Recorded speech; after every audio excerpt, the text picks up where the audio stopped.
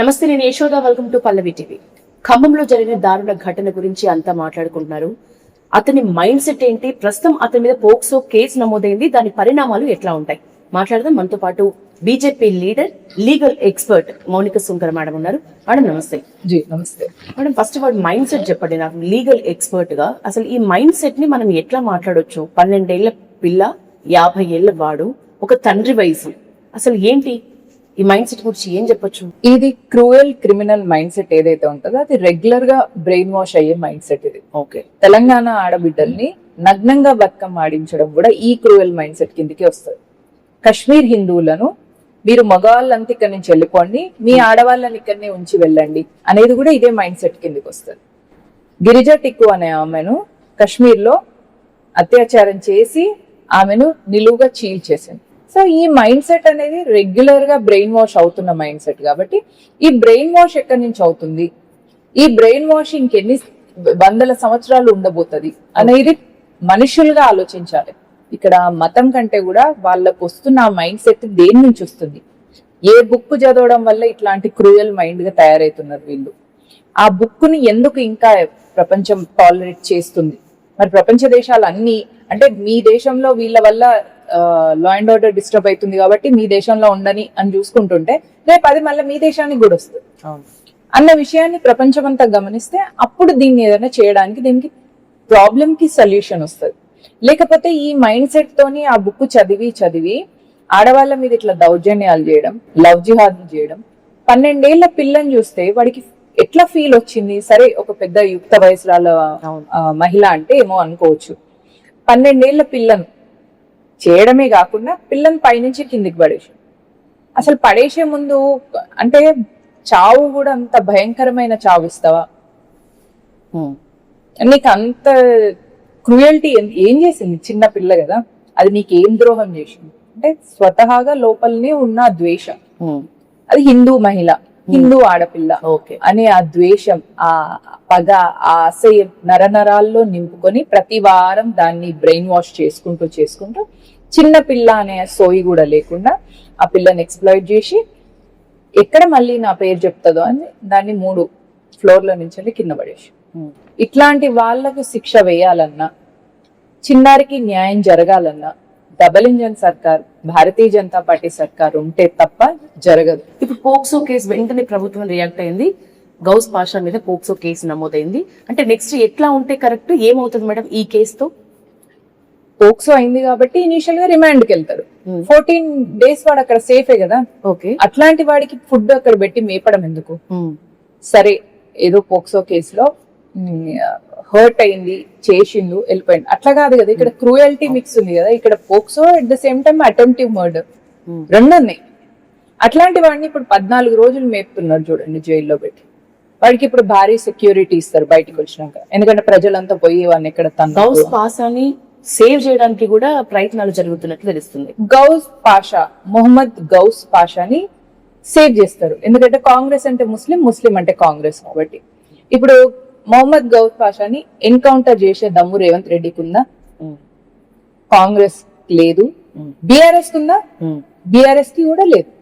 ఎందుకంటే Nizam is my king MIM పార్టీతోని bootlicking చేసింది.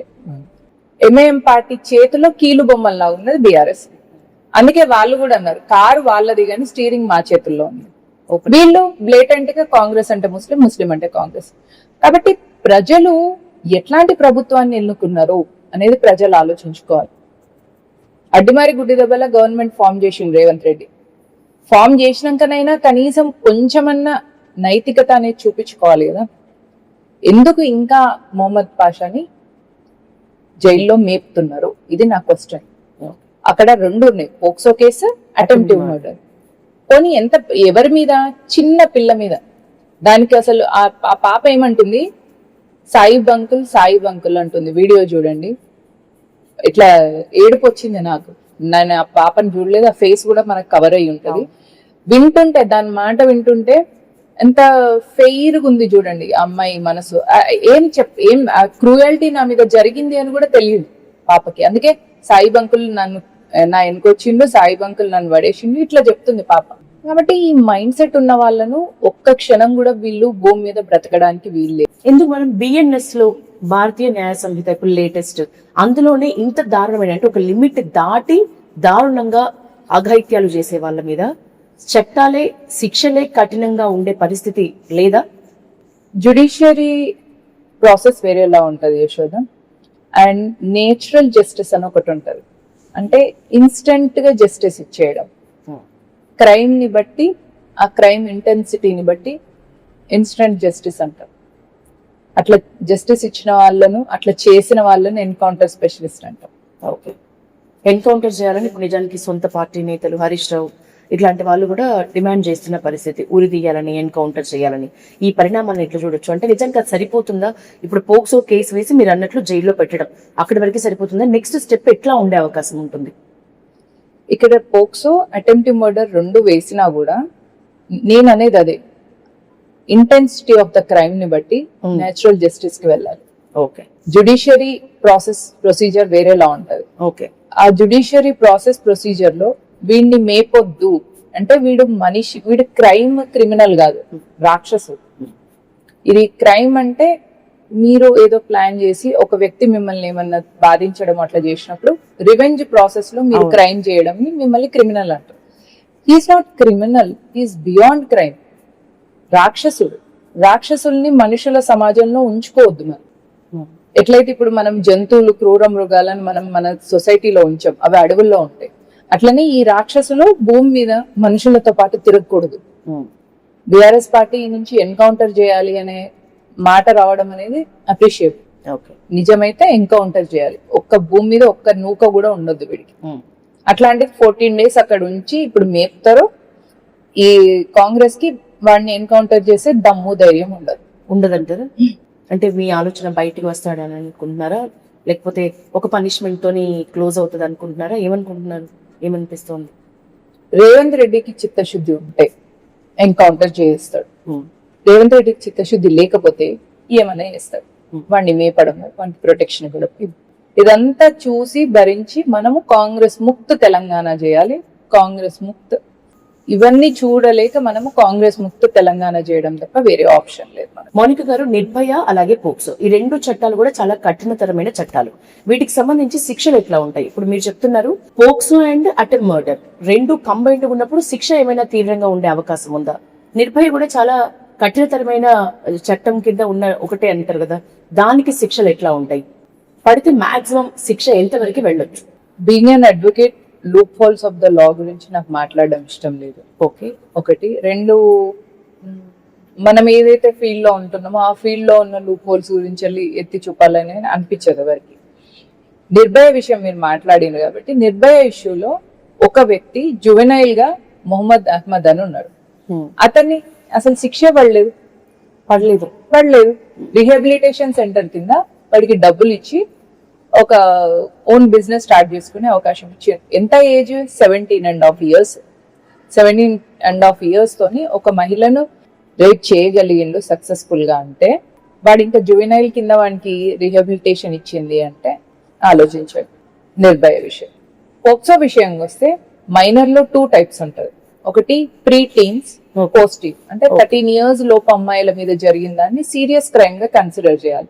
అబౌవ్ 13 years అమ్మాయిలకు వాళ్ళకి కొంచెం తెలుస్తుంది, వాళ్ళు చెప్పగలుగుతారు, ఏం జరుగుతుంది అని చెప్పగలరు, ఇట్లాంటివి ఊహించగలుగుతారు. ఎందుకంటే వాళ్ళు మెచ్యూర్ అయిన తర్వాత మంత్లీ పీరియడ్స్ వస్తాయి కాబట్టి వాళ్ళకు ఒక కుదురు వస్తుంది, వాళ్ళకి చెప్తాం మనం. అదే ప్రీ టీన్ 12-13 years లోపు ఆడపిల్లలకు మగపిల్లలకు తేడా ఉండదు, వాళ్ళు కలిసి ఆడుకుంటారు. కాబట్టి ఇట్లాంటి ప్రాసెస్ లో దీన్ని సీరియస్ క్రైమ్ గా కన్సిడర్ చేసినప్పుడు, చేయాల్సిన అవసరం వచ్చినప్పుడు, మనం చూసినాం, మనం దిశ కేసులో ఎట్లయితే త్వరిత న్యాయం జరిగిందో అట్లాంటిదే సేమ్ మొహమ్మద్ గౌస్ పాషా విషయంలో కూడా జరగాలి అనేది ఇప్పుడు మా డిమాండ్. ఈ డిమాండ్స్ లో ఇప్పుడు ఆ పిల్ల తల్లిదండ్రులు ఆ ఉన్న చోట ఉండలేరు. వాళ్ళు 10-15 వేల జీతం కోసం వాచ్మెన్ గా పనిచేస్తున్న తండ్రి ఇప్పుడు ఆ జాబ్ చేయగలడా? ఆ చోట ఉంటే నలుగురు వచ్చి అడుగుతుంటారు, జాలి చూపిస్తుంటారు. వీళ్ళకైనా బాధ, నలుగురు వచ్చి అడిగినప్పుడు బాధ, ఈ బాధలను వాళ్ళు తట్టుకోలేరు కాబట్టి వాళ్ళని ఒక వేరే ప్లేస్ కి తీసుకొచ్చి వాళ్లకు ఒక జాబ్ ఇప్పించాలి ఫస్ట్ గవర్నమెంట్. కాంగ్రెస్ పార్టీని మేము డిమాండ్ చేసేది ఏంటంటే తండ్రికి ఇప్పుడు ఒక గవర్నమెంట్ జాబ్ ఇప్పించేసి వాళ్ళు ఉన్న చోటు నుంచి వెళ్ళి వాళ్ళని వేరే చోటుకి తీసుకురావాలి. పాపది every 2 hours health bulletin release చేయాలి. పైనుంచి కింద పడేసినప్పుడు ఇంకా స్పైన్ కి దెబ్బ తగిలింది, పిల్ల ఫ్యూచర్ లో ఏం చేయగలుగుతుంది? మగపిల్లలంటే ఏదైనా దెబ్బ తగిలినా లైఫ్ లాంగ్ అట్లే ఉంటది, వాళ్ళకి ఏం డిఫరెన్స్ ఉండదు. ఆడపిల్ల అంటే రేపు పెళ్లి అవ్వాలి, పిల్లల్ని కనాలి, అమ్మాయి తనను తాను చూసుకుంటూ పిల్లల్ని చూసుకోవాలి, పరివారాన్ని చూసుకోవాలి. డబుల్ ఎఫర్ట్ ఉంటది విమెన్ లైఫ్ లో. కాబట్టి పాప పేరు మీద ఒక ₹1,00,00,000 ఫిక్స్డ్ డిపాజిట్ చేయడం, తల్లికి కానీ తండ్రికి కానీ వాళ్ళ విద్యార్హతలను బట్టి వాళ్ళకు ఒక గవర్నమెంట్ జాబ్ ఇప్పించడం, వాళ్ళకి వేరే చోటుకి వాళ్ళని తీసుకొచ్చి వాళ్ళకు ఒక పక్కా ఇల్లుని ఇవ్వడం వల్ల వాళ్ళు ఆ బాధ నుంచి కొంచెం ఉపశమనం వస్తుంది.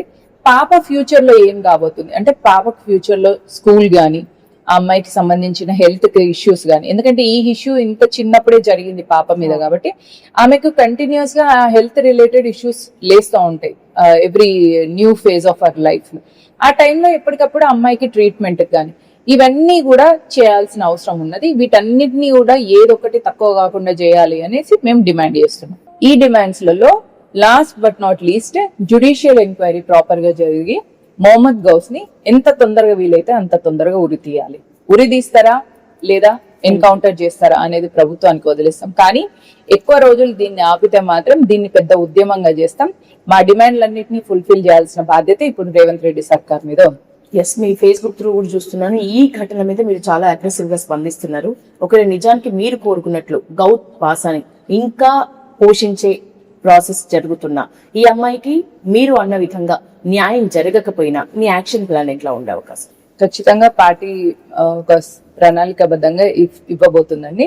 దాని అకార్డింగ్ గా మేము ఎలాంటివి చేయబోతున్నామో అనేది మేము మీకు అప్పుడు మళ్ళీ చెప్తాం. Thank you for your valuable time. Thank you Yashoda, thank you for having me.